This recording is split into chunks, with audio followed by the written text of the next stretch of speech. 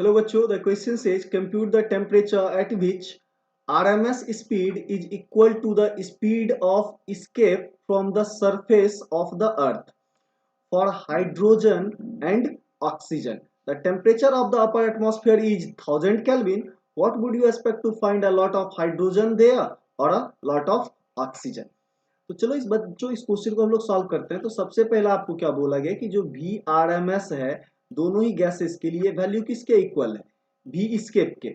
और we escape का value कितना होता है, तो 11200 मीटर पर सेकेंड, राइट। तो यहां से अब आपको क्या निकालना है कि टेम्परेचर पता करना है, राइट। तो आपसे क्या पूछेगा, कंप्यूट द टेम्परेचर। तो टेम्परेचर फॉर हम अगर हाइड्रोजन निकालना चाहे, राइट, H2, तो आपको पता है कि VRMS का जो इक्वेशन होता है वो क्या होता है, तो 3RT divided by molar mass, और इसमें क्या रहता है आपका स्क्वायर रूट रहता है। क्या रहता है, स्क्वायर रूट रहता है। तो टेम्परेचर फॉर अगर हम हाइड्रोजन निकालना चाहें तो ये आपको क्या करना पड़ेगा, RMS का स्क्वायर करना पड़ेगा, राइट, m/3r। तो इसे आप क्या लिख सकते हो कि m divided by 3r into VRMS का स्क्वायर करेंगे, दैट मीन सिंपली क्या हो जाएगा, V स्केप का स्क्वायर, राइट। तो इसको हम कैसे लिख सकते हैं, तो मॉलिक्यूलर मास ऑफ हाइड्रोजन कितना होता है, 0.002। इसको केजी में कन्वर्ट करना है, किस में कन्वर्ट करना है, केजी में, राइट। 3 इंटू आर का वैल्यू कितना रखेंगे, तो 8.3 इंटू इसके वेलोसिटी का स्क्वायर, तो आपको पता है 11200 का क्या हो जाएगा, स्क्वायर हो जाएगा, और किस में आएगा आपको, केल्विन में। तो इस वैल्यू को अगर सॉल्व कीजिएगा तो ये आएगा आपको 10,063 केल्विन, राइट। वैसे ही टेम्परेचर फॉर अगर हमें ऑक्सीजन निकालना था तो इसके लिए क्या होगा कि आपको बस 16 टाइम से क्या करना होगा, मल्टीप्लाई कर देना होगा, राइट। क्योंकि इस इक्वेशन में चेंज क्या करेगा, मोलर मास, और मोलर मास ऑक्सीजन का क्या होता है, 16 टाइम्स ऑफ हाइड्रोजन। तो ये 16 इंटू हम लोग क्या बोल सकते हैं, टेम्परेचर फॉर H2।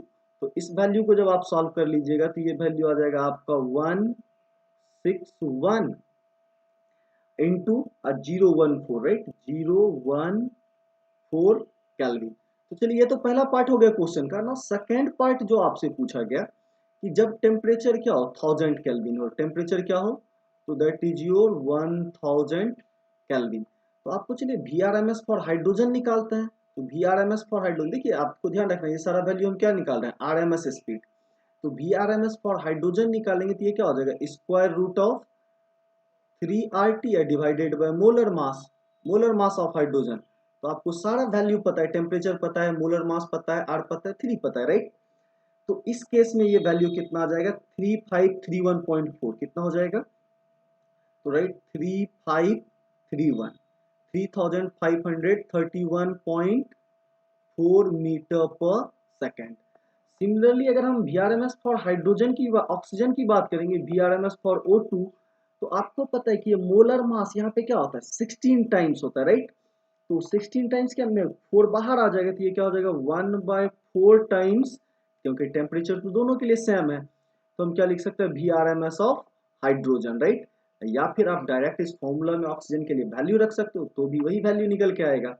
इसको अगर हम 4 से डिवाइड कर देंगे तो ये वैल्यू कितना आ जाएगा, 882.85, राइट, 882.85, ये क्या हो जाएगा, मीटर पर सेकेंड। तो अब देखिए इसके वेलोसिटी फ्रॉम अर्थ कितना होता है, 11,200, और ये कितना है, तो आपको 3,531 मीटर पर सेकेंड, राइट। तो इस केस में क्लियरली बोल सकते हैं कि आपको हाइड्रोजन भी प्रेजेंट होगा और ऑक्सीजन भी प्रेजेंट होगा, राइट, क्योंकि स्केप तो कोई भी नहीं करेगा। बट इंपॉर्टेंट चीज अब यहाँ पे ये ध्यान रखना है कि हाइड्रोजन की वेलोसिटी क्या होती है, हाइयर है। हाइड्रोजन की वेलोसिटी क्या है, हाइयर है। तो इसकी पोटेंशियल एनर्जी, राइट, इसकी जो पोटेंशियल एनर्जी अगर हम ग्रेविटी के रेस्पेक्ट में देखें तो हाइड्रोजन क्या होगा, कम अमाउंट में अवेलेबल होगा और मोस्ट अमाउंट में आपको क्या प्रेजेंट होगा, तो ऑक्सीजन, राइट। अगर RMS स्पीड के बेसिस पे अगर हम बात करें, right. I hope you all guys understand it well. Thank you, stay tuned.